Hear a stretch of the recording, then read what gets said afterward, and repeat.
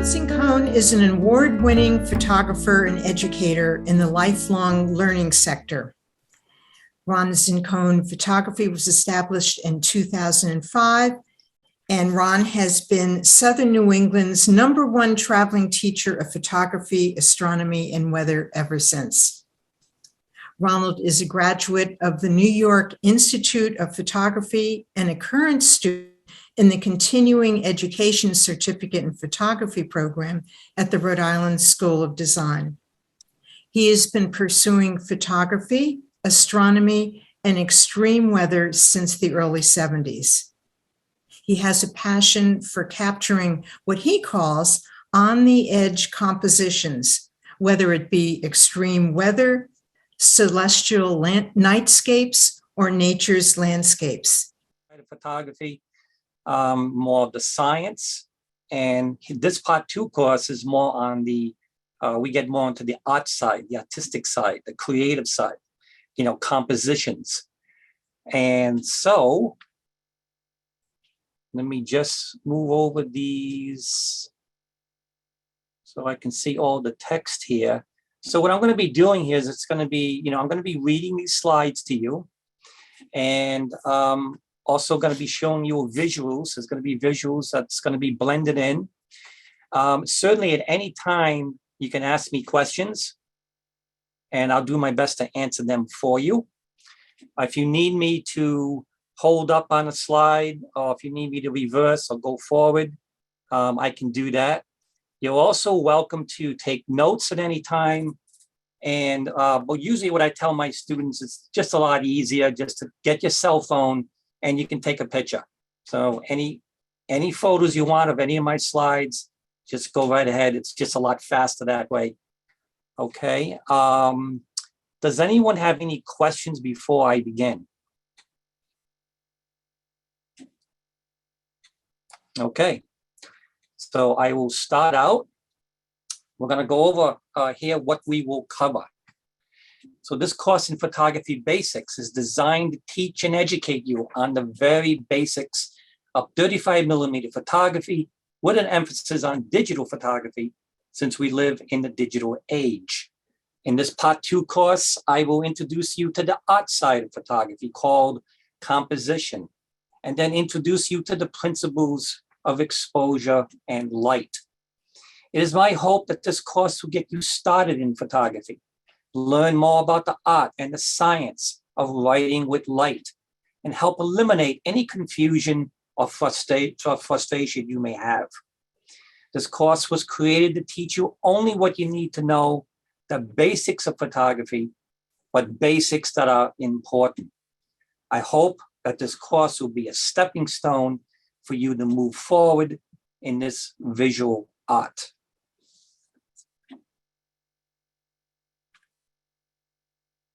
We're going to start out with a little bit about composition. Seeing well is the key to creating captivating images. If you master your camera settings, but don't learn how to see well, you won't make good photographs. Seeing well starts with the subject and moves out from there with assessment of the light, the background, and the space around the subject. Each element works separately and in harmony with the others to create compelling imagery. This is the heart of composition. Successful photographs bring order to chaos. Many elements like light, and focus, and exposure must come together to tell a story. It takes patience, thought, and honest self-critique to learn how to make well-composed photos. So it is, it's more so than ever in these times. Well, since the digital age replaced film, and as you probably all know, with the internet, with social networks, the internet is really deluged with photographs and all kinds of artwork. So it is really so much tougher now for any artist to stand out from the pack. Now, of course, everyone does their art for all different reasons. But if you're looking to stand out, whether it's to win awards, get published, sell your photography, making money, maybe making money doing, wedding photography or portraiture, whatever it might be, you need to really stand out. So, like for instance, in this slide, this is showing you the 3 guidelines for great composition. Okay, these are guidelines. But now you need to go beyond it. We need to get beyond just the 3 guidelines to bringing together a great composition. We need to add a twist. You need to put a twist on it. You need to find what we call our visual signature. Now, whether you're doing painting or it's photography or whatever it might be, you gotta really try and find that visual signature. So when they look at your artwork, they're gonna say, okay, yeah, I know who did that. It's Ron Zincone or it's Susan Bloom. So, they might not even see your signature at the bottom, but don't know whose artwork that is. Okay, so that's the signature. That's what you need to try and create. Finding a niche is important. What's your niche? And usually a good niche is something that not only are you good at, but also you got to have a passion for it. So like with me, it's always been photography, weather, and astronomy. And so then you have your passions, you create your niches, you find your visual signature, you obtain the skills, it becomes a craft, and then you just move forward. But you got to find a way to stand out from the pack. And one of the things about composition is that we always wanted to, we want to get to the next steps where we want to find that what we call visual impact. So we want to really wow the person who's viewing our artwork. We want to wow them. When they look at our artwork, they're going to say, wow, look at that. Visual impact is really important. So you're really adding that twist. Okay, so something to really kind of remember and make a note of, because it's just the times we're in, the whole with the digital revolution and the internet, it just makes it so much more difficult to stand out. So the 3 guidelines to great composition: find your main subject. We want one main subject. We want to tell one story, or we want to send one message. So you shouldn't have multiple stories, multiple subjects, just one. Okay. If you have more than one, then it becomes what we call clutter. And we don't want clutter in our compositions. So whether it's a publisher from a magazine who might be interested in publishing your image, or it could be a judge at a photo contest or any kind of artwork, and they're judging your work, they want to be able to see. They don't want clutter.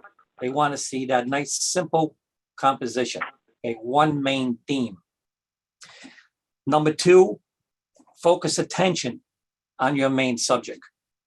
Okay, what do we need to learn to focus attention, to keep the attention focused on the main story, the main subject, so that when the viewer looks at it, they're gonna know exactly what the main subject is.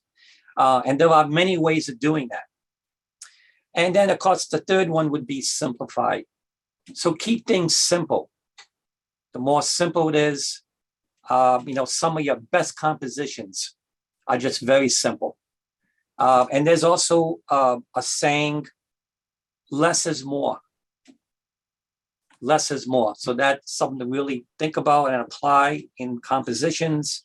And that also applies to when you're doing post-processing. So for those of you who do photography and do the post-processing piece, which is a whole nother chapter in itself, same thing with that, less is more. Okay, there are some people really like to drill down deep into the post-processing, and there's nothing wrong with that if they have the skills and they enjoy that. But usually you want to kind of take it easy, just do some light processing, and then kind of go from there. Okay, so whatever you're comfortable with. Now, in composition, to help us with composition, we have something called the rule of thirds. This basic rule can help you balance your composition by aligning your subject and background elements along a simple grid of 9 squares, we all know as the tic-tac-toe grid. You can add interest and visual tension to an image. In the example to the right, those red dots are called the PowerPoints.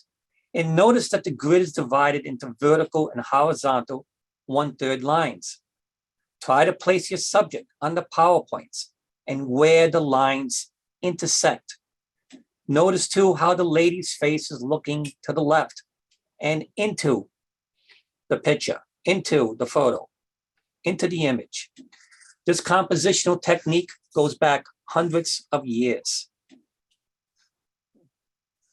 And again, here you can see how the lady's face is right over the intersection here of this PowerPoint, and her entire body is aligned along the right third. This is what we call the right 1/3, and this is the left 1/3 grid. And then you got your 2 horizontals. So this is the upper 1/3 horizontal, and then this is the bottom 1/3 horizontal. Now, of course, this rule of thirds only applies in certain situations, not in every, you won't be using this in every composition. And as it says here, that notice that she's looking, okay, she's looking into the space. There's all the space here to her, to our left and to her right. So she's looking into the space, and that's what you would want. Okay, if she was looking this way to the right, she's looking out of the image, and that would not be correct. So, she would actually be here. So if she's looking this way to the right, then she would be placed here on the left vertical grid line. Okay, so a lot of it depends too on what's to the right. What's outside this image? What is outside the image to the left, and what's outside the image to the right? Okay, so over here on this side, there might be clutter. There might be a road sign or a lamppost or whatever. And a lot of times that's going to determine how you place the main subject.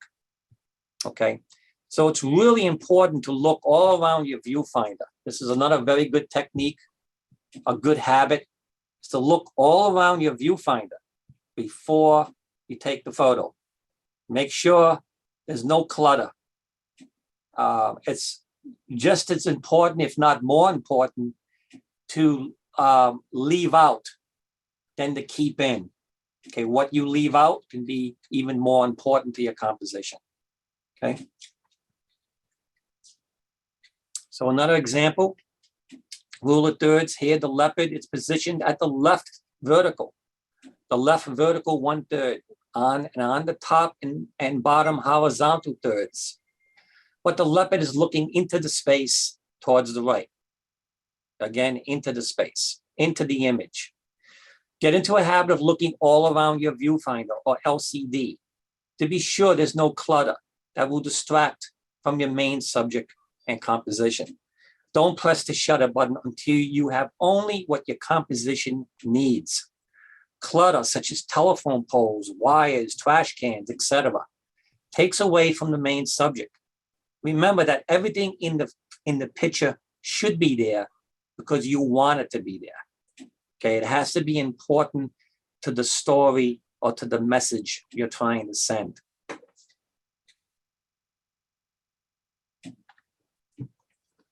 Focal points. The focal point of your image is the heart of the story. Whether a single subject or a broader scene, what you choose to feature becomes the visual focus of your photograph. when we are composing our image, we want to obtain one main subject, one story, or one message. Some techniques involve keeping your composition simple. Use your zoom lens or physically move to eliminate any unnecessary clutter. Keep your composition clean by using negative or empty space. So the zoom lens, for those of you who do photography, tends to be kind of the go-to lens that most photographers use, especially beginning photographers. You find that zoom lenses are usually part of the, what we call a kit lens that comes bundled with your camera. It kind of helps you save money. It gives you a bundle, get you really kind of jump started.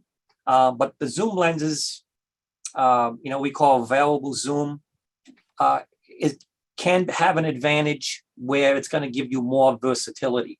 So now you can zoom in and out from your subject, and that makes it easier to eliminate clutter, okay?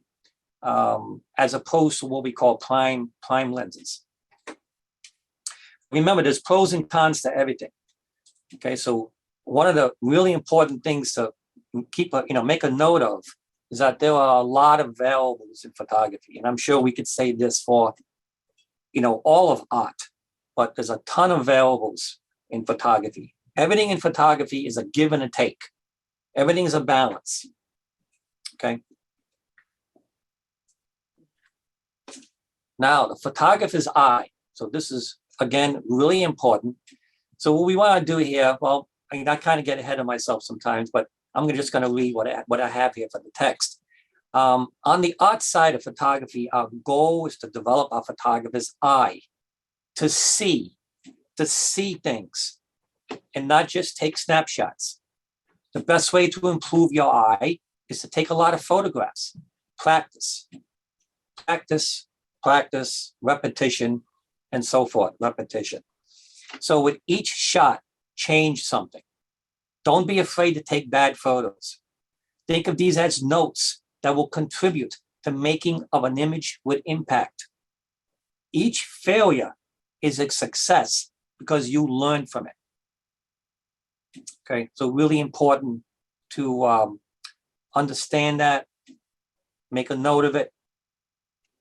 Especially when you're first starting out as a beginner, you might go out and do 100 shots, and maybe you get one or two, if you're lucky, that you might consider to be keepers.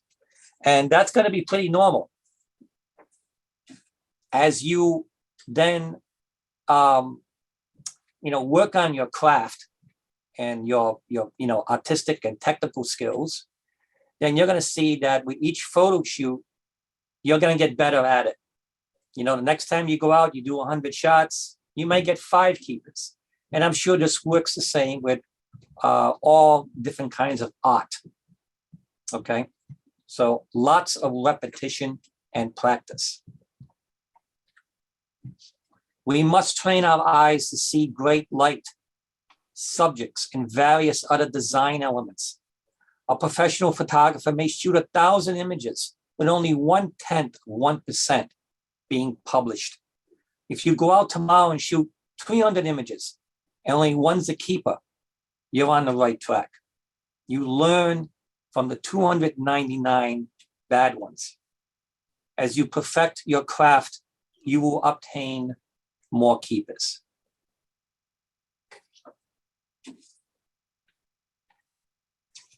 The background. As I mentioned earlier, looking all around your viewfinder or your LCD before you press the shutter will help you avoid clutter. And this is especially pertains to the background in your scene. Notice that the colorful bird to the right is popping off the image. You automatically know what the main subject and the focal point is. Remember the second compositional guideline. Focus attention on your subject.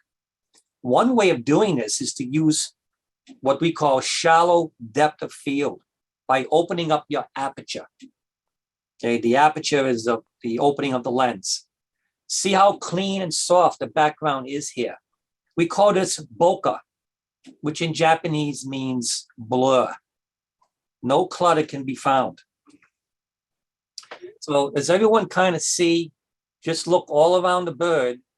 I guess we can kind of call, this would be negative space. The bird would be positive space.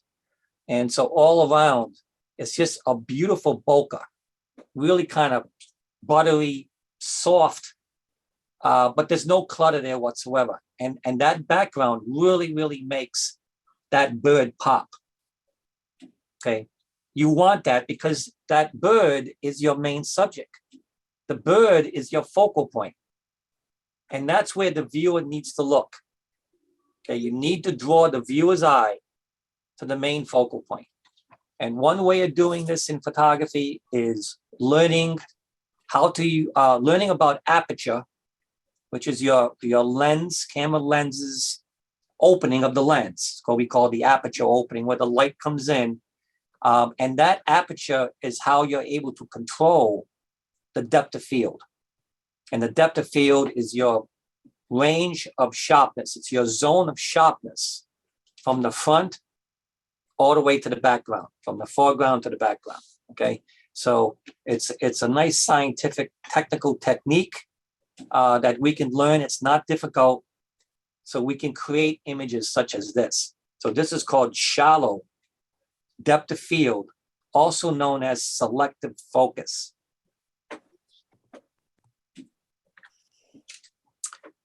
Here, another example, we have a composition loaded with clutter, very distracting and confusing.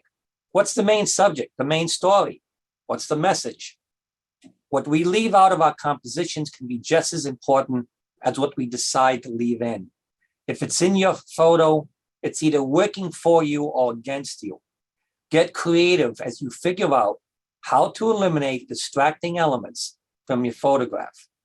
Move your subject, if possible. Change your angle, change your perspective, change your lens, or move in closer. Try leaving a little space between subjects for a cleaner composition. If something is in your photo, it should be there. It should be there because you want it, not because you couldn't solve the visual problem. Okay, so these are all going to be techniques that we are going to learn with lots of practice and repetition. Zooming in and out with the lens, that would be your number one best way of eliminating clutter. Of course, you're going to need a zoom lens for that. And then there's you just physically moving. You move to the right, you move to the left, you move closer or you move backward. Or if you're dealing with, say, a portrait subject, and you can say, okay, can you move a little bit further to the left or to the right? And then, your model is working with you. Then, that's also another way of doing it.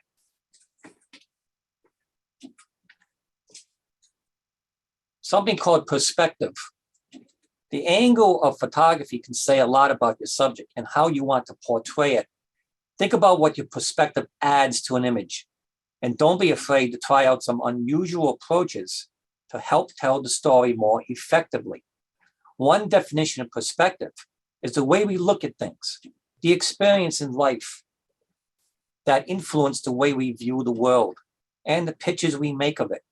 Some ideas are to look around. What scenes capture your attention and imagination? Try photographing anything that catches your eye just for the sake of practice.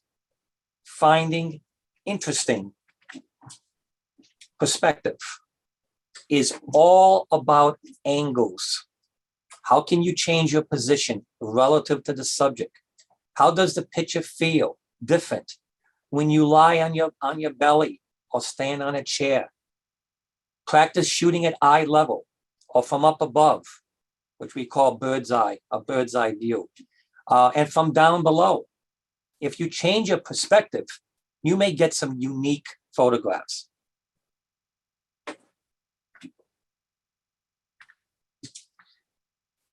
So layering elements in the foreground and in the middle ground and the background of your image can add depth, interest, and context. Layering can add depth to your photograph and give context to your subject. As a result, the viewer lingers on the photo a little longer, absorbing the entire story. As you can see on the right, the method of layering was very successful. So as you can see here, foreground, you can see the foreground here is in silhouette.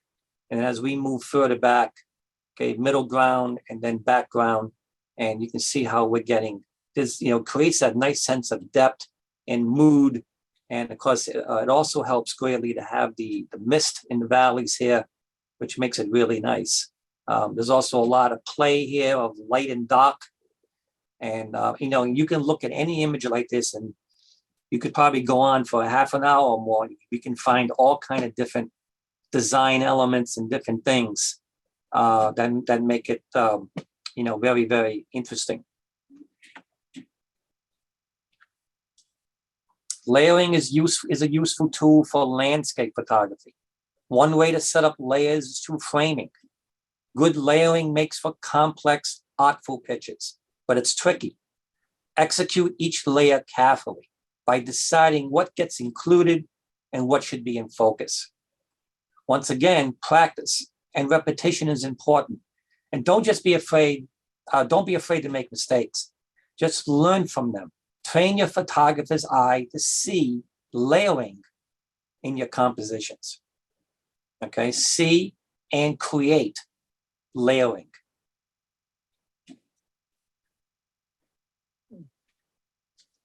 Framing. Creating a dynamic image within the frame of your photograph takes skillful use of the elements of good composition. Be sure that everything in your frame contributes to the image and that there is balance between foreground and background components. Framing refers to the scene within your shot. What should you choose to include in a photo and what should you leave out? You want to fill your frame with interesting subject matter.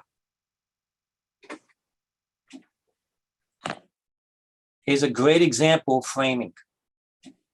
Okay, look to the edges to make sure that nothing is encroaching or being cut off in an unappealing way. Within an image, a frame can be an object in the foreground that emphasizes the main subject, as you see in the photo on the right of the red sandstone arch and tower. Notice how beautifully the arch frames the rock monument. Framing is a layering technique that lends depth and focus to the photo. We can really see how beautiful that is. And again, we can talk about this and critique it, and we can come out and pull out all kind of different techniques and design elements that we used here. The colors, the contrast of the colors here between the red sandstone and the nice cobalt blue sky, the beautiful lighting, which looks like a nice textured side lighting, which brings out texture. The framing is incredible. So, a lot of things.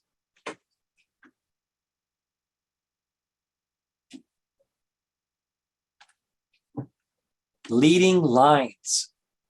When lines occur in photographs, our eyes cannot help but follow along their paths. You can use lines as an element of composition to draw viewers into your picture and guide their focus to what's important, which is the main subject, the focal point. Roads and train tracks are obvious examples. Train your photographer's eye to see these. Some can be man-made and some by nature. It doesn't have to be straight. It can be curved or wavy, wide or narrow, such as a fence in a field. Leading lines are another tool in your toolbox. One more compositional element to involve viewers in your photograph.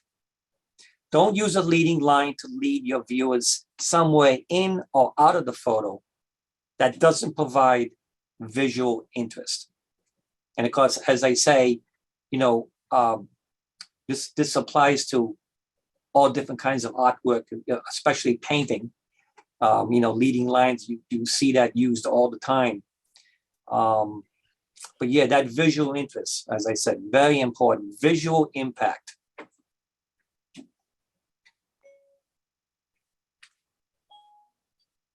The horizon. So whenever you're shooting outside, pay attention to where the horizon line falls in your image. Think carefully about how it contributes to your scene. Be sure that when you look through your viewfinder or LCD, that your horizon is level and straight. Never capture a tilted horizon. Using a tripod for stability helps you slow down and carefully compose your image.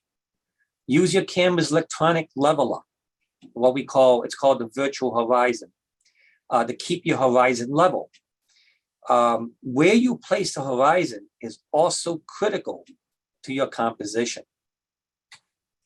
So you can see here in this image, the horizon is very straight, very level.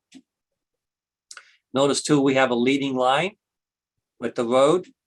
So you got a leading line and you also have perspective. Also notice, I'm just critiquing this a little bit. Notice too that look at the placement of the horizon. We're probably going to get into that, but look at the placement of the horizon here. Notice that here we have 2/3 sky and 1/3 foreground, 1/3 landscape.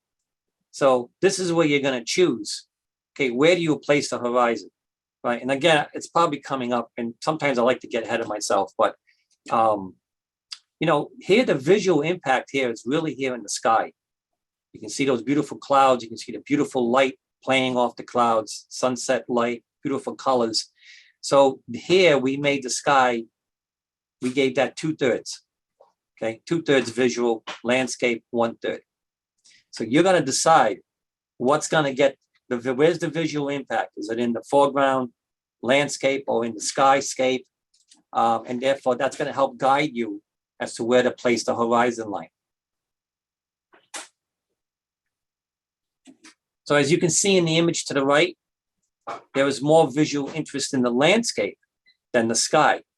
So the photographer composed the landscape with 2/3 and 2/3 landscape, 1/3 sky. Now, as a general rule, the horizon line shouldn't pull attention away from your subject.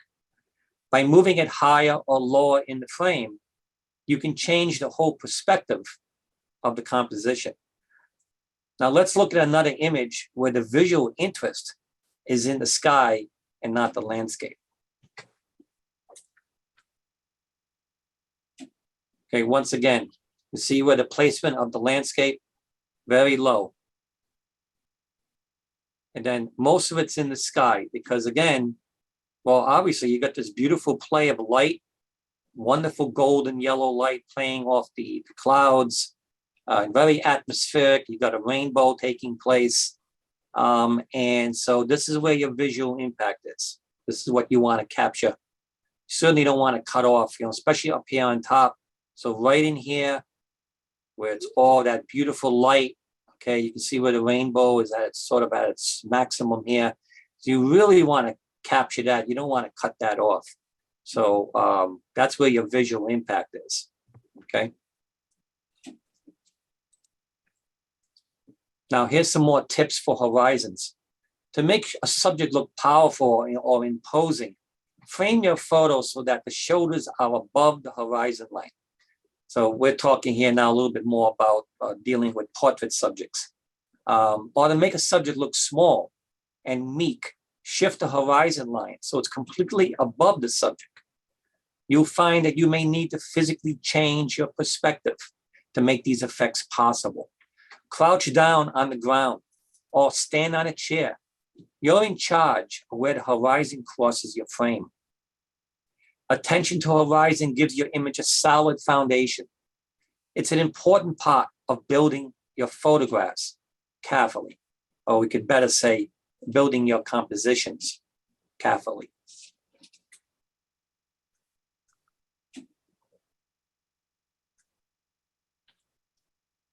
Exposure. Exposure is one of the most important elements in any composition, photograph. It's a photographer's #1 goal. We gotta have proper exposure. We have to obtain that. At the technical level is the amount of light to which the digital sensor is exposed, the digital chip. This is determined by 2 major factors, aperture and shutter speed. Proper exposure comes from a delicate balance of factors. Understanding these elements, aperture, shutter speed, and ISO is the first step to gaining the most creative control of your photographs. It's called learning the exposure pyramid, also known as the photographer's triangle. It is the foundation to all photography. I'm going to skip the next part. I was about to read it, but I just realized what it was. So I'm just mentioning here about a course that I teach. So the aperture, the lens, the aperture is the lens opening, which lets the light in. And that's what helps you control. That's how you get control over your depth of field. The shutter, which is a sort of the camera's door that opens and closes, that also allows you to control the light coming in and also the motion. It helps you control the motion in your subject. What kind of motion are you going to capture? And the ISO is the sensitivity of the camera's sensor, which determines the exposure outcome in what is a balance, a relationship. So basically the aperture, the shutter speed, and the ISO is the foundation of photography. It is the exposure pyramid, and it's a very, very critical balance and relationship, okay? There are gives and takes. So learning to master this trilogy is the key to mastering photography.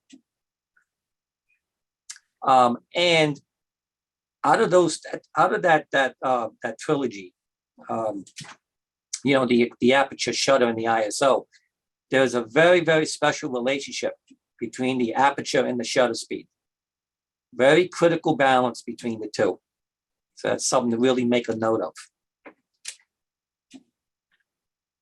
Remember that the light from your scene determines exposure. How you set your aperture, your shutter speed, and the ISO to create a proper balance is just as crucial. Too much light, you end up with a photo that is overexposed. Too little light, and the image can be underexposed. Unless we are trying to create a silhouetted subject, we never want our main subject to be improperly exposed. When you over or underexpose an image, you lose detail in your subject, and that detail is forever lost. Always shoot to the right, or what we call the highlights. Be sure to get a good exposure in the highlight areas of your subject. Highlights, the brighter areas. With the digital age, we now have cameras that show you a histogram or a graph. It's a graph of what the exposure looks like before and after you take the photo. Okay. Definitely after you take the photo, when you go to preview it on the back of your camera's LCD screen. But there are some cameras too that now also give you a histogram before you take the image. It's giving you a good idea of how the exposure is going to look before you press the shutter button. And there's also something called highlight alerts, also known as the blinkies. Shows you what areas of your image are blown out, which means totally overexposed. So most cameras should have that option that you can, it's either automatically enabled as a default, or you can actually go into your camera's menu and you can turn it on. It's usually called highlight alert, and you have to just make sure that you enable it, okay? And so let me show you now, now I'm showing you actually some visuals, because you know, that's the thing, you know, when I teach photography or really anything, you know, we can talk about it, I'm reading the text, I'm lecturing, but you really have to see it, right? Because yeah, I mean, it's a visual, it's a visual art. So we have to see it. So now it's something like this, you're looking at a histogram. This is gonna make it easier for you to kind of wrap your head around what a histogram is, instead of me just reading about it, okay? So the graph to the right shows how to read your camera's histogram. This is a valuable tool that is part of the digital age. During the days of film and fully mechanical cameras, photographers had to nail it. They needed to know the crucial relationship and the balance between the ISO, the aperture, and the shutter speed in order to capture a proper exposure. They were shooting blind and then had to wait a week or more to see the results. Today's digital cameras allow you to preview or review the image histogram and then make the necessary tweaks and shoot again. So you can see here the histogram example on the right. The actual, what's in white is what we call a luminance, the luminance histogram. This is showing you all the data that's captured on your exposure. And the peaks, that's just telling you the number of pixels. So how many pixels are being captured in different areas of your image. Now, you might have heard that, they'll say, well, you want the mountain in the middle.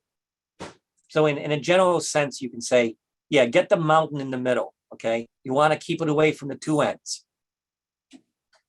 And this is showing you a good exposure. But if you got something like what we see here, where it's kind of more spread out, it's away from the two corners, but it's spread out. So it's spread out between here. You can see on the left, these are the shadows. So that's the shadow, the dark areas. And in the middle is your midtones. And then to the right, we start to get into the highlights. So those are the brighter areas of your composition. So when it's spread out like this, it's really the best kind of histogram because you got a little bit of each.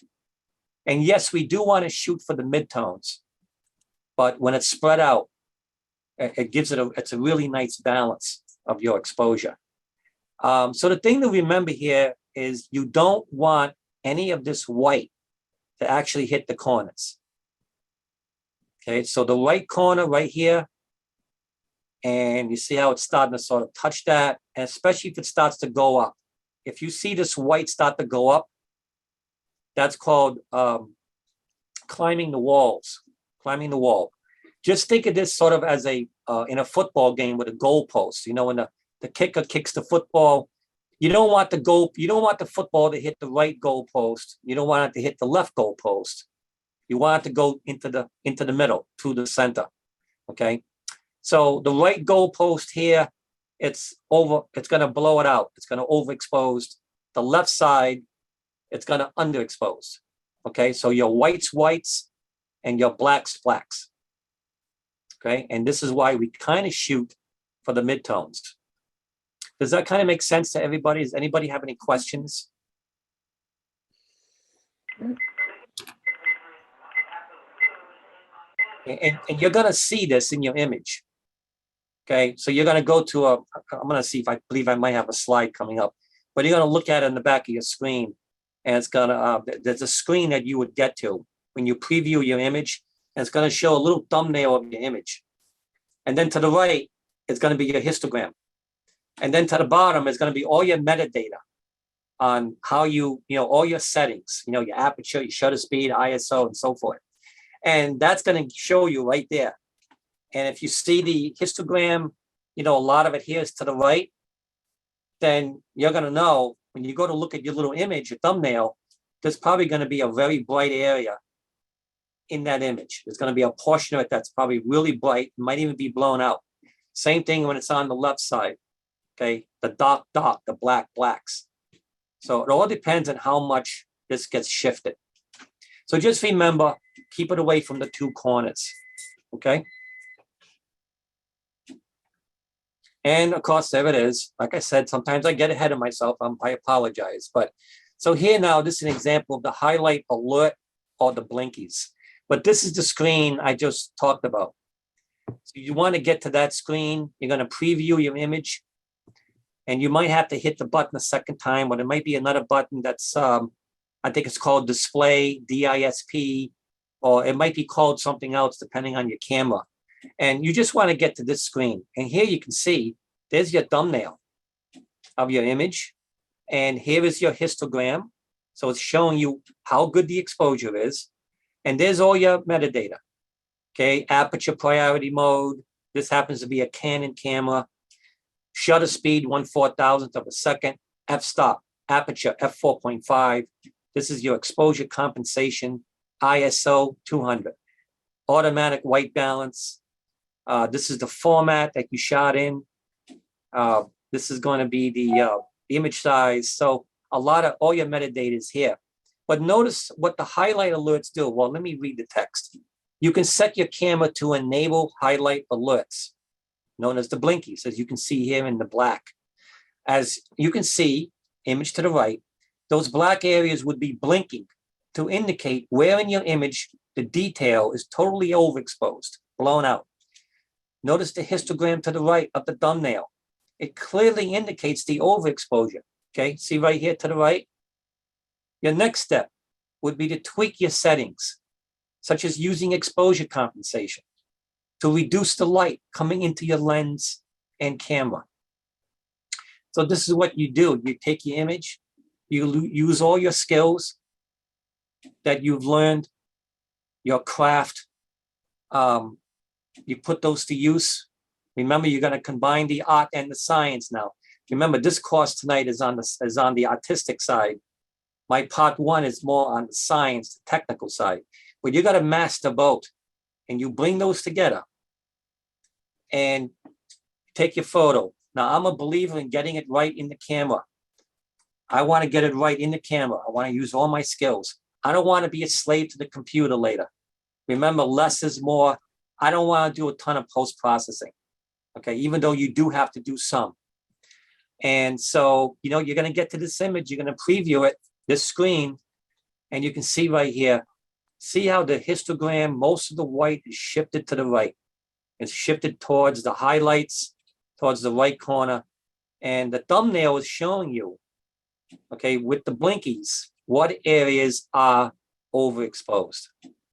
From this point on, then, you then have to learn what tweaks do you need? What do you need to adjust to now make these highlights go away, these blinkies go away, and make this histogram now shift towards the center, away from the right side, okay? So this applies to the left side too, if it's dark, totally underexposed.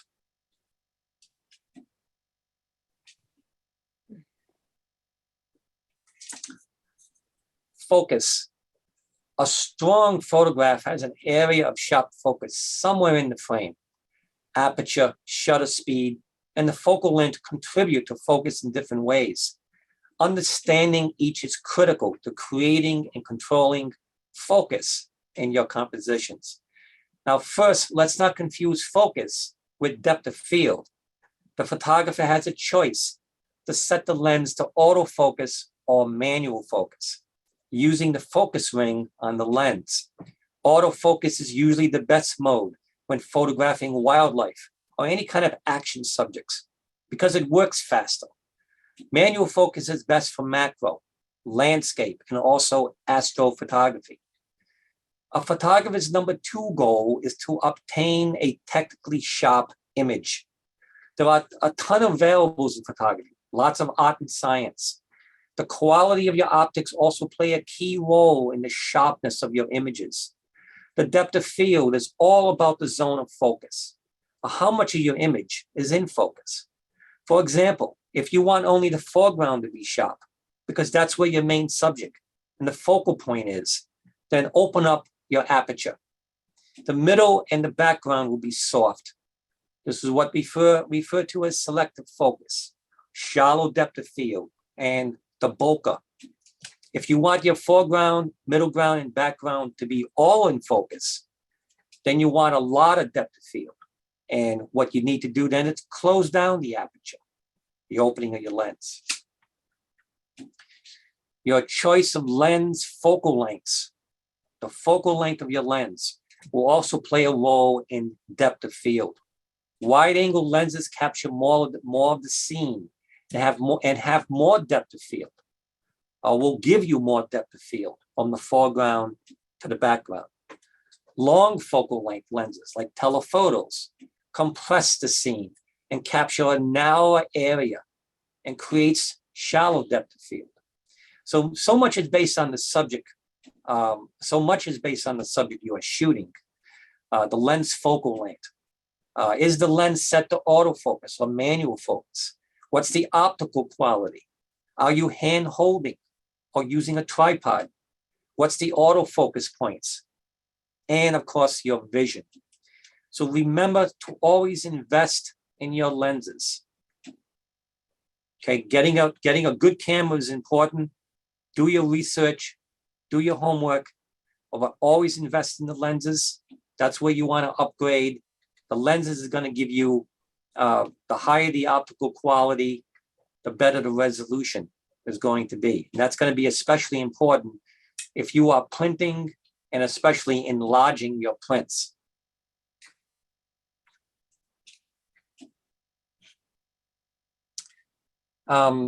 Susan, Sue, I just wanted to kind of just interrupt here. Does anybody, do the people want to take a, like maybe a 10-minute break at this point, or do we want me to keep going? How long is your presentation, Ron?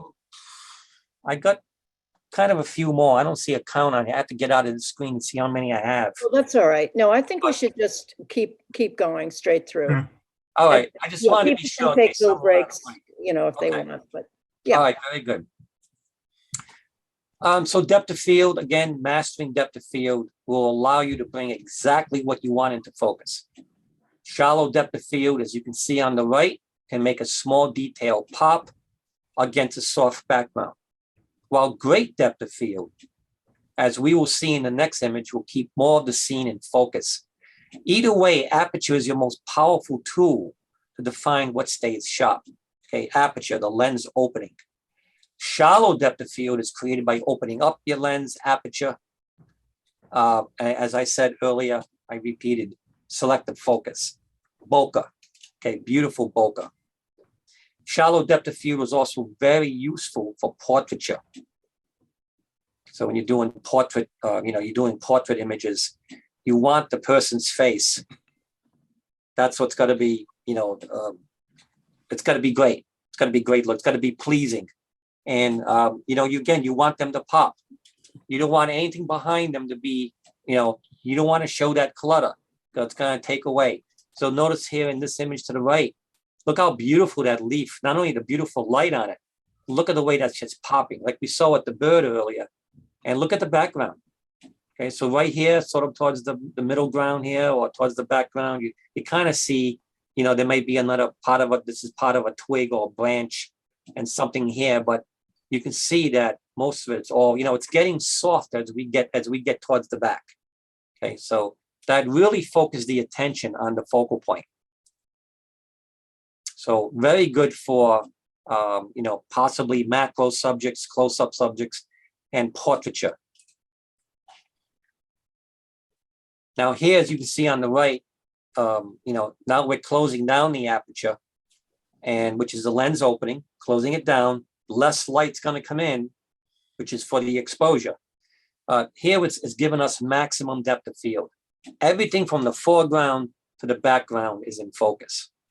Okay, and this is what you would use for landscapes. So automatically depth of field, you're going to have control over your aperture, and you're going to want to close it down. Less light comes in, but you're going to really extend the zone of sharpness. So when we talk about depth of field, we are basically talking about a layer or a plane of focus within the image. With a shallow depth of field, that plane is very slim. With a wider depth of field, the plane of focus extends deeper into the image, the plane of focus, the zone of sharpness. Remember that the depth of field is entirely separate. That sharpness that you get is entirely different and separate from your focus, what you use autofocus or manual focus on your lens. We all know that the image, your main subject, has to be properly in focus, but that's separate from depth of field.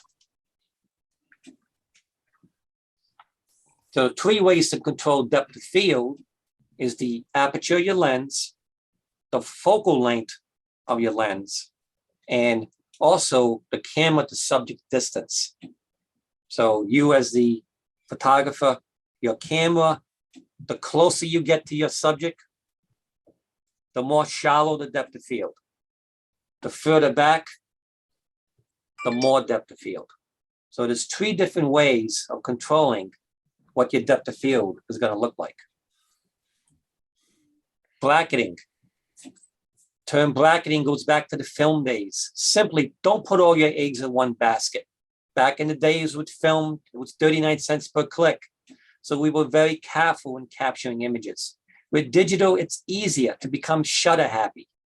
On the other hand, bracketing is the process of taking a minimum of 3 shots at 3 different settings. And because it's digital, we can take as many as we want. For example, you're doing a landscape shot. You set your aperture to f8 and take a shot.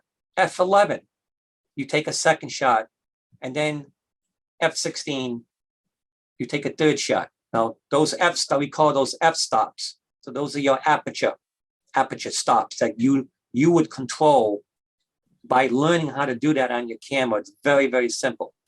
Now, so one of those 3 images should give you the proper depth of field, but also the exposure you need.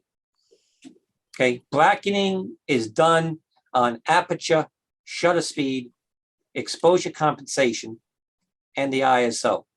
So remember that those are the pieces of our exposure pyramid, mainly aperture, shutter, and ISO. But now with digital, you got to kind of add in a 4th element, what we call exposure compensation. That's something that you can do with your camera. So you're going to always remember to bracket on every one of those. Now, like I said, I'm not sure of everyone's experience with cameras. I know you probably all do different kinds of artwork, but some of you might know this, some of you might not know these techniques, but they're pretty easy to learn. But that exposure pyramid is really, really crucial. So by bracketing, for instance, here with these 3 shots at 3 different f-stops, so 3 different settings, one of those settings is going to give you enough depth of field. So in this case, a landscape, we've closed the aperture down, which means that the actual numbers you see here get larger. So f8, f11, f16, f22, f29, f32, and so forth. The number gets bigger, larger, but the opening gets smaller. And that lets in less light, but also gives you more depth of field. So the idea here is that one of these 3 f-stops will give you the exact zone of sharpness you need, but also bring in enough light based on the light in the scene to give you a proper exposure. Remember that that's our number 1 goal, the proper exposure. So you can see here how it all kind of all these different variables come into play, a lot of different factors. Now, the art side of photography. So again, so much to learn about the art side. We must learn to train our photographer's eye to see design elements in nature. Leading lines, S-curves, C-curves, contrast, color, light, negative and positive space, natural and man-made, repeating patterns, texture, balance, perspective, and the point of view, and so much more. Photography has many variables, lots of art and science, so there can be a really steep learning curve. And there's no shortcuts. There's no shortcuts to photography. And I find that most people, and we probably can say the same thing for painting, although I'm not a painter, but no shortcuts. It's a lot of repetition, a lot of practice, building the techniques and the skills. And, so with photography, I can say, there's so many people out there that, oh yeah, I'm a photographer, and they have a cell phone. Yeah, that's fine. And if you're taking snapshots, that's okay too. There's a place for that. There is a time for that. That's okay. But to be really creative, you really got to learn the art and science.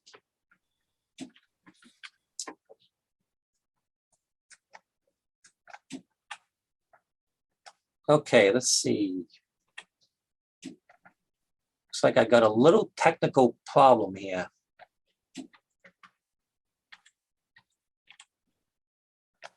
All right, so I'm having a problem here. Let me escape out of this because it's not letting me go forward my slides. Let's see.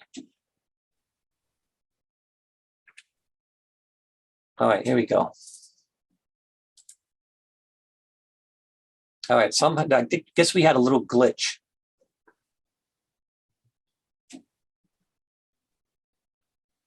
All right, let me keep it on that for now.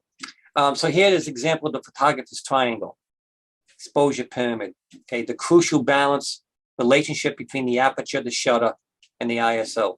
The learning and mastering this pyramid will give you what you need to be a skilled photographer. Aperture is the opening of your lens. It controls the light and the depth of field. The shutter controls the light and the motion in your subject. And the ISO determines the sensitivity or the gain of your camera's sensor, digital chip.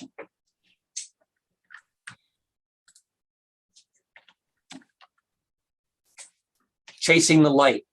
So light is the key element in all photography. If light didn't reach your camera's sensor, we wouldn't have anything. Jim Stanfield, a veteran National Geographic photographer, said, "It's not the light, but where you are in it." There are many variables with lighting: soft or hard, ambient or natural, color of light, the direction of the light, and the quality of the light. The quality of light is available to us is constantly changing. Each geographical region, season, day, and even hour has its own specific light. Capturing the light in a location or season accurately can help tell the story of a place and time. So learning to identify and work with the quality of light is an incredible, useful skill. So let's learn more about the quality of light. Definitely having some issues here with my PowerPoint. I don't know why. Okay, can everyone see that slide now? Yep. Okay, Yeah. good. I'm having some kind of glitches here. All right, so here's just a quote from Trent Park. "I am forever chasing light. Light turns the ordinary into the magical."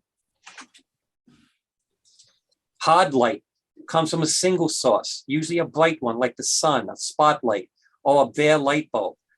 In addition to creating a bright spot of glare on your subject, hard light results in high contrast. The brights are really bright and the darks really dark. Think about the sun at high noon on a cloudless day. You see deep shadows with sharp edges where they meet brightly lit surfaces. Sometimes you want this kind of effect. It can create drama and intrigue in a photo or make a subject pop against the background. But when contrast is too severe, the details get lost in both the dark and the light areas. When shooting in very hard light, you usually want to either modify it somehow or be strategic about the direction of the lighting. You may see this light at high noon. Soft light seems more ubiquitous. It doesn't obviously come from any one source in particular, and it almost wraps around the subject. It doesn't produce extreme highlights or shadows. Instead, things blend into each other more seamlessly. So without a sharp glare, colors often appear richer and more true to life. You would find this kind of lighting on overcast days. So overcast light, very soft, very diffuse, very good for anything with a lot of color. Especially good for flower photography. So you do flower photography and you want to capture those colors. Doing it in soft light is very, very good. Ambient light is light that is indoors or outdoors, day or night, always around you. Using what's already in your scene can help to set the tone of your image. Ambient light is also called available light and could be anything from a light bulb to sunlight. Many photographers prefer to use ambient light because it means less equipment, less time spent creating decent artificial lighting. Soft light is more pleasing to the eye than hard light. If you don't like the light you have, look for ways to modify it by moving yourself or your subject or modifying the light source. Get to your location shoot early, scout out the scene, check for the light source. What kind of light? What's the quality of it? What's the color temperature? What is the direction and the intensity? The number one form of light photographers love is what we find during the magic hour. It's 1 hour before and after sunrise and sunset. The shadows are long and the light is golden. As the sun continues to set, we get into the twilight and what we call the blue hour. So it's just also a very lovely form of light. It's also known as crossover lighting. Shaded lamps can cast a soft and moody glow, and sheer curtains can softly filter sunlight streaming through a window. The range of light is also important in exposure. The camera's sensor picks up varying amounts of detail across a range of light. At one end of the range, it's black, at the other, white. In general, our target is a broad area in between. This is where we capture the most details in our image. Remember going back to the histogram? That's what I pointed out as the midtones. Can everybody hear me okay? Yes. Mhm. Okay. Yep. Yeah, because I'm actually looking at the gallery here of everybody in the images, and everyone's kind of like frozen, but No, it- You're Not frozen. You're frozen. okay. Yeah, But- Sue, you're frozen too, but I don't know what's going, there's something going on. Not on my screen. All right, yeah, I can see everybody moving. okay. All right, as long as everyone can hear me and see the PowerPoint, and that's good. All right, great. Yeah, so one important item to consider when we talk about light exposure is how the camera's internal light meter is set. It's set for 18% gray. Now, this is something else that most people don't know about unless they learn it. So your camera will automatically expose a black sheet of paper or anything that's black, and it's gonna wanna make it gray. A white sheet of paper or anything white is gonna wanna make it gray.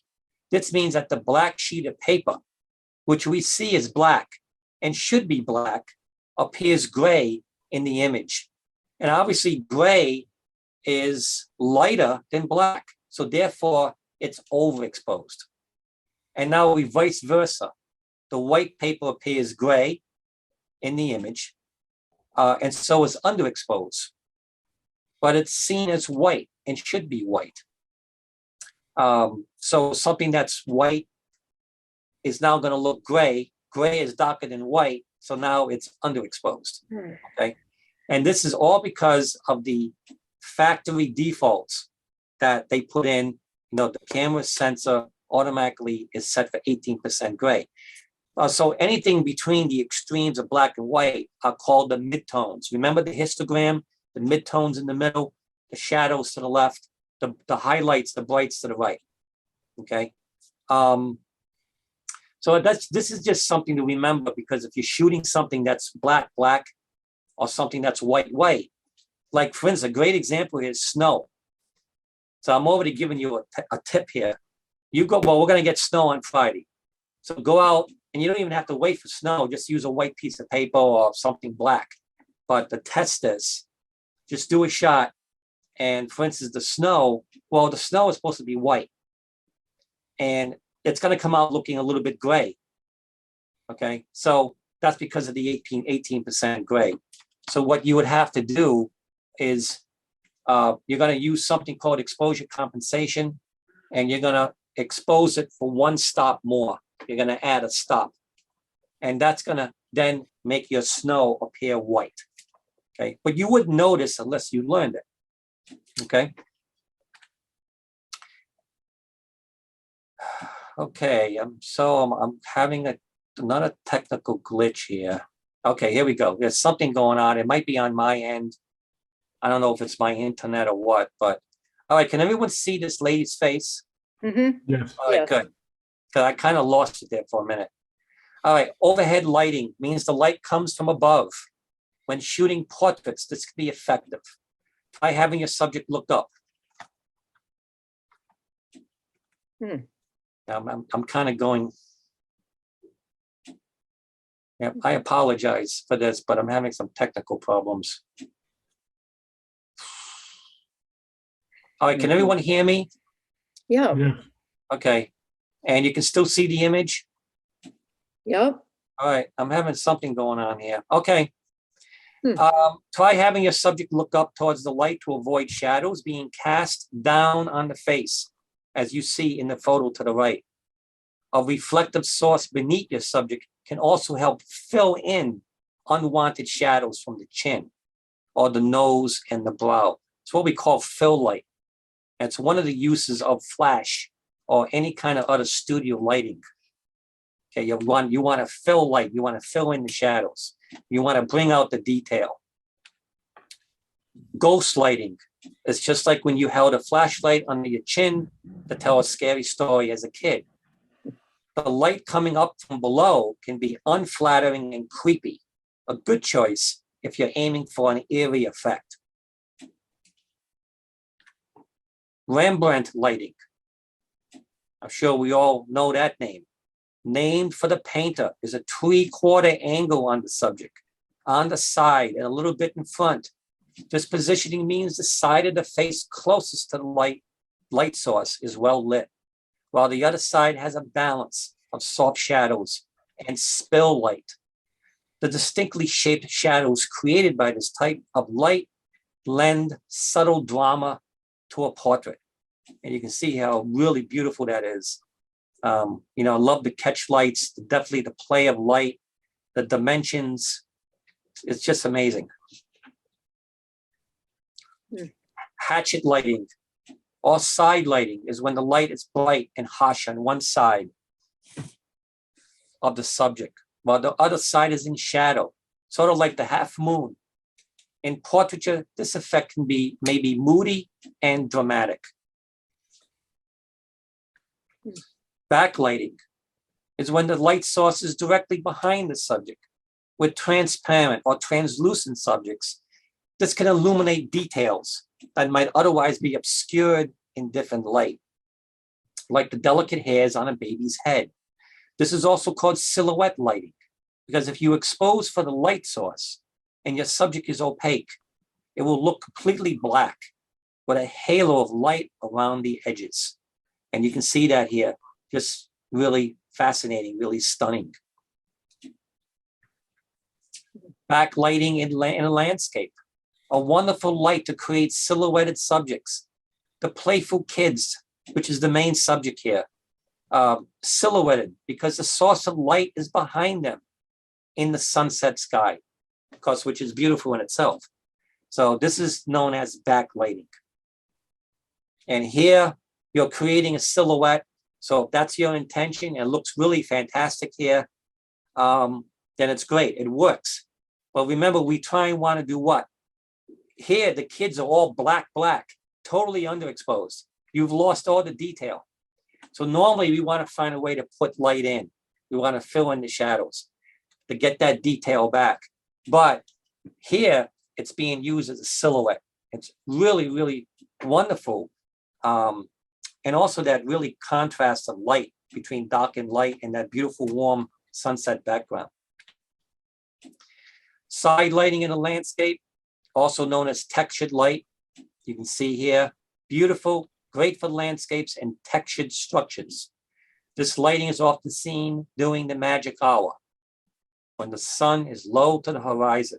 This is a fleeting time when the shadows are long and the world is bathed in warm glow. So it really brings out texture. Okay, you can see that here, textured light, side light. Okay, but the window of opportunity here is it's really short and the lighting changes real quick. And then front lighting in portraiture tends to be more harsh and flat, meaning that you don't get the shadows that give good definition like you would with Rembrandt lighting. As you can see to the right, this is not a good light for portraiture because the subjects may squint.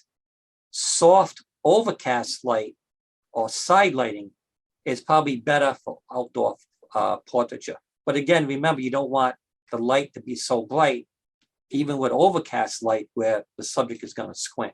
So you really want to get those shadows and play of the shadows and the light, and you want to get those definitions.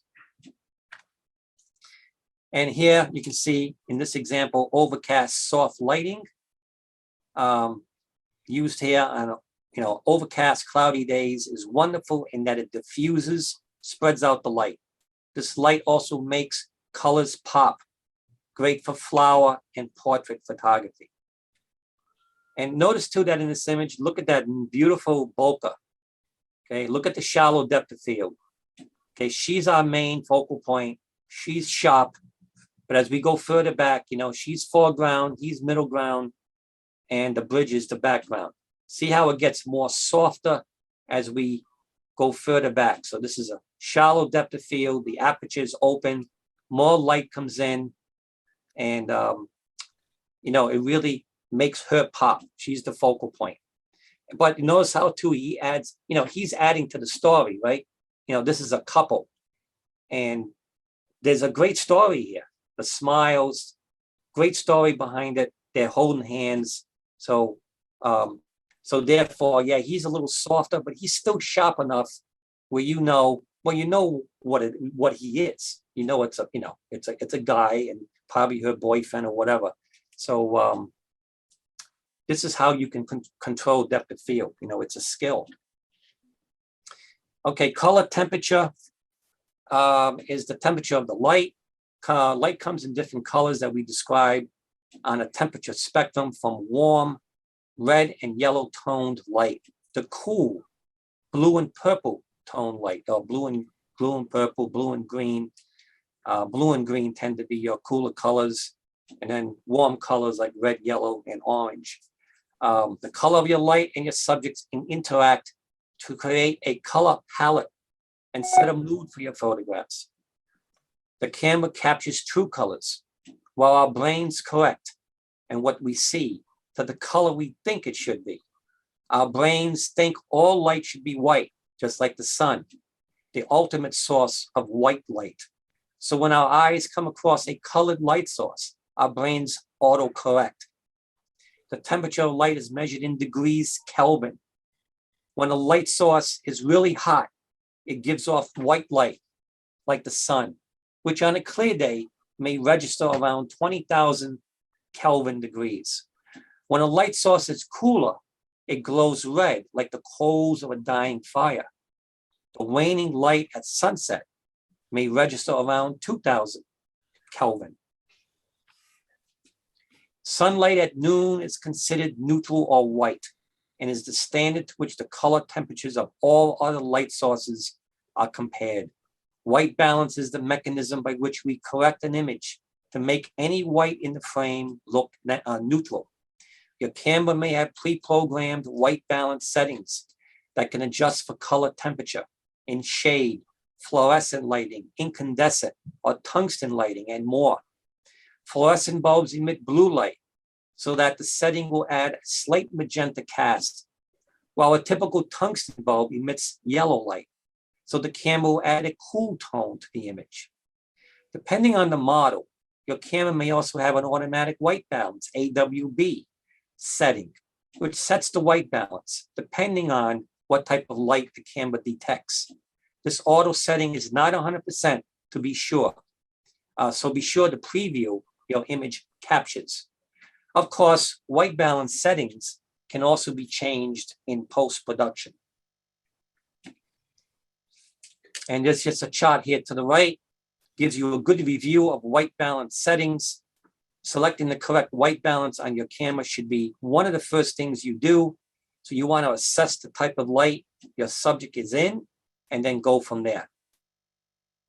If you don't do that, you're shooting in, say your subject is in tungsten light, and you have your white balance on your camera set for fluorescent, you're going to see probably a weird color cast, a color tone. Okay, so when you see that, it's probably telling you you got the wrong white balance. Now you can easily go to automatic, just like we have auto ISO, but I'm someone that likes to get you away from the auto everything settings. Those are okay to use at the beginning when you're first learning, but try and eventually get away from the auto everything and start to learn the creative zones. And you want to get full hands-on creative control of your camera. And the magic hour, I mentioned that earlier. magic hour, also known as the golden hour. Sun's very low to the horizon. 1 hour before and after sunrise and sunset. Fleeting time, shadows along, the world is bathed in a warm glow. When the sun is low, just barely above the horizon, light must pass its greatest distance through the Earth's atmosphere. As a result, the light is less direct, yielding less contrast. In the absence of harsh glare, colors look deep and rich. The blue end of the spectrum is scattered more as light takes this long and filtered path, giving everything a reddish yellow cast. Often, this window of opportunity only lasts a few minutes, so you have to have your camera ready. And then the dawn and the dusk, as I mentioned earlier too about the blue hour, we get into dawn and dusk, twilight, blue hour, also known as crossover lighting. The sky turns a wonderful cobalt blue, crossing over from daytime to nighttime, or from nighttime to daytime. The blue hour still provides a nice light in the landscape, balances out the contrast. This is a great time to photograph city lights. The contrast between a dark nighttime sky and the bright city lights leave your cityscape photos looking flat.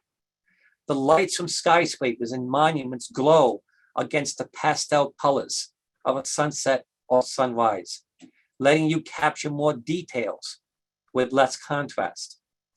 The blue hour is also great for imaging the moon.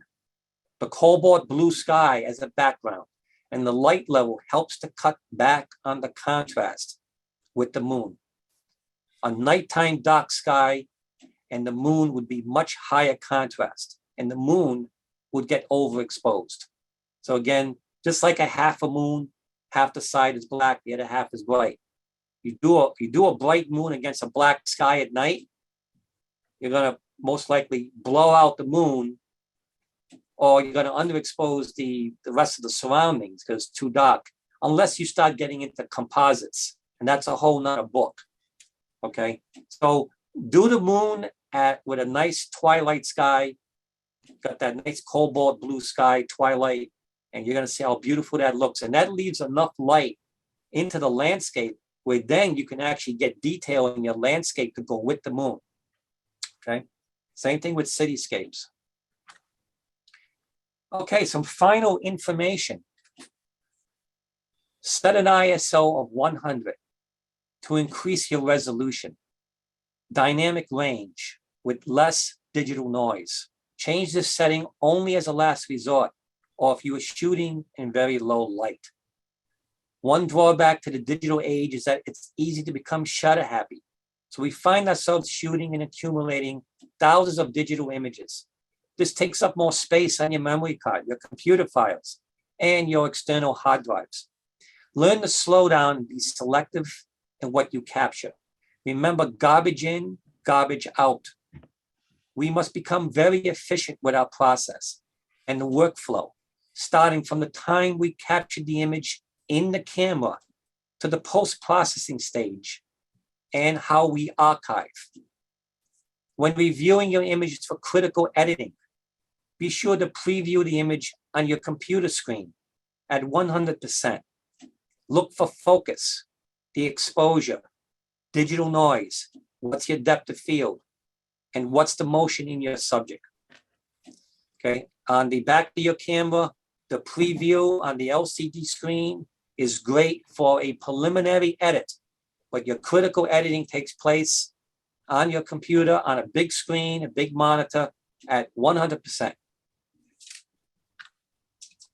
Remember that the digital revolution continues to evolve, and camera technology, as well as all photographic accessories, continues to advance. So for example, let's say that a Canon T1 digital noise starts to become intrusive at ISO 800. But with a Canon Rebel T7i, you might not see digital noise until 6400. So remember the technology. Invest in your lenses, less in your camera. 35mm photography is an art and a science with a steep learning curve. No shortcuts to mastering photography. You got to master the exposure pyramid. Hand holding a camera. This is also something very important that most people don't know. Use the 1 over the focal length rule to determine your initial shutter speed setting. For instance, if you're shooting at 200 millimeters, set your beginning shutter speed to 1 over 200. You put the 1 over the focal length, 1 over 200, 1/200th of a second, and then you bracket from there. Remember, we bracket. This helps to prevent image blur from camera shake due to hand holding. So because most people are not aware of this information, most people tend to hand hold their cameras. They don't use tripods, which is their #1 source of stability. So they look at their images and say, why are all these images blurry? Because you're hand holding, and due to camera shake, you're going to blur your image because they don't know this rule. Okay, so very, very important rule that you have to apply if you're hand holding your camera. Now for astrophotography, a very unique, which I do, of course, very unique, whole different animal. You want to use something called the 500 rule or the 300 rule. So it's going to depend on what kind of camera you're using. And that's to help you determine what your exposure time should be. What you're doing is for a full frame camera, full frame sensor, you're going to probably use the 500 rule. And if you're using a 50 millimeter lens or your focal length, you're going to divide the 50 into the 500. And that's telling you that for that shot with a 50 millimeter, your exposure time is 10 seconds. You cannot go beyond 10 seconds. Okay, if you do that, the stars are going to start to trail. Okay, you always want your stars to be pinpoint. So this specifically applies to night sky photography. Now, if you're using an APS camera, APS-C, which means a subframe, and your digital chip is smaller, then you're more than likely going to use the 300 rule. And then you just divide, the 50 into 300. So very important for night sky photography.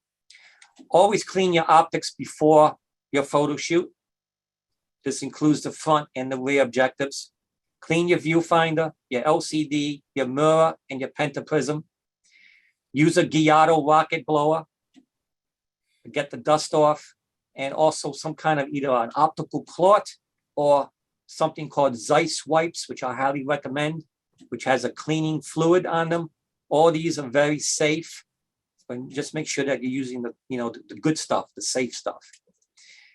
Some of the best times for dynamic images are captured just before, during, or after a storm. So learn the weather basics, keep an eye to the sky, and practice safety. And now I just added in for you folks doing your artwork, some tips for photographing artwork for digital submissions. When entering your artwork into a digital call for arts, you want to ensure that you photograph your artwork correctly so that the jury will see an accurate representation of your art. So here are a few tips to help you get the most out of your artwork photographs. Square up the piece. Make sure that when you photograph your work, you don't create distortion of the artwork by photographing from an irregular angle. You want your camera to be directly in front of the artwork, not skewed to any side. Place the camera so the lens is directly in the center of your art. Ensure that the artwork itself isn't tilted or leaning against anything when you photograph it. Either lay it directly on the floor or have it hanging on a wall before you shoot it.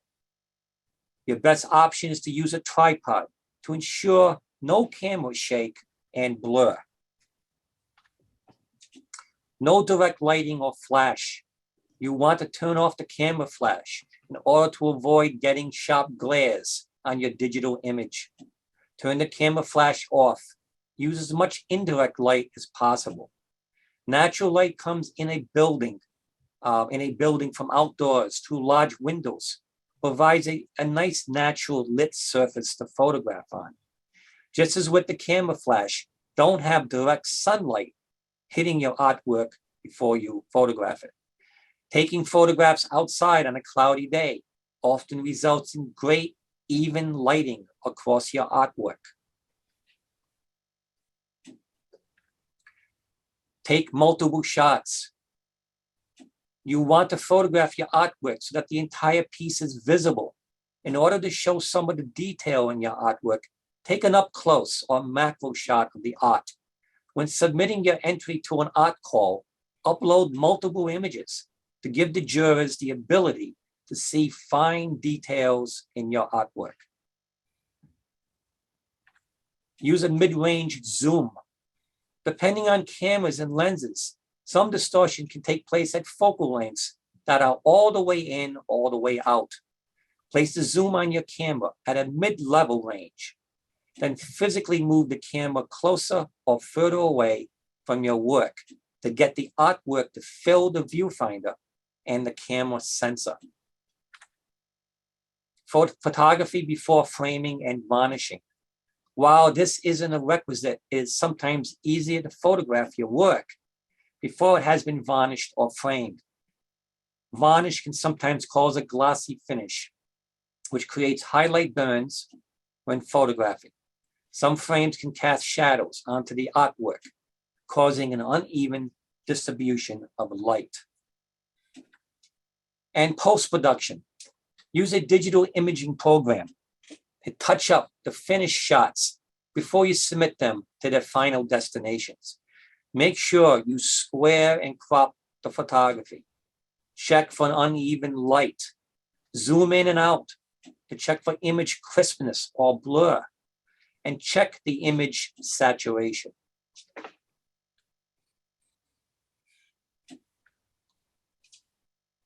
And here, certainly, as I said, feel free to take photos with your cell phone. But here now for visual learners, this is a link. It's a YouTube link to a video that's going to give you an overview of these techniques that I just went over. You also, for further reference, you can get information at this website. This information was from the artcall.org. So you can certainly research that, and also that YouTube link. And so, this is just, just showing you here my, anything with, weather, photography, extreme weather photography, astronomy, astrophotography. That's my, of course, that's my email, and that's my cell phone number. Certainly reach out to me on anything that, you want to learn and you want me to teach. I do classes, I do one-on-one private sessions, hands-on sessions. So you can, like I said, just reach out to me. And any questions you have too after tonight, any questions at all on this presentation, and any other questions you have on photography or, visual art in general, in any way I can help you. And if I don't have the answers, I will do the research for you.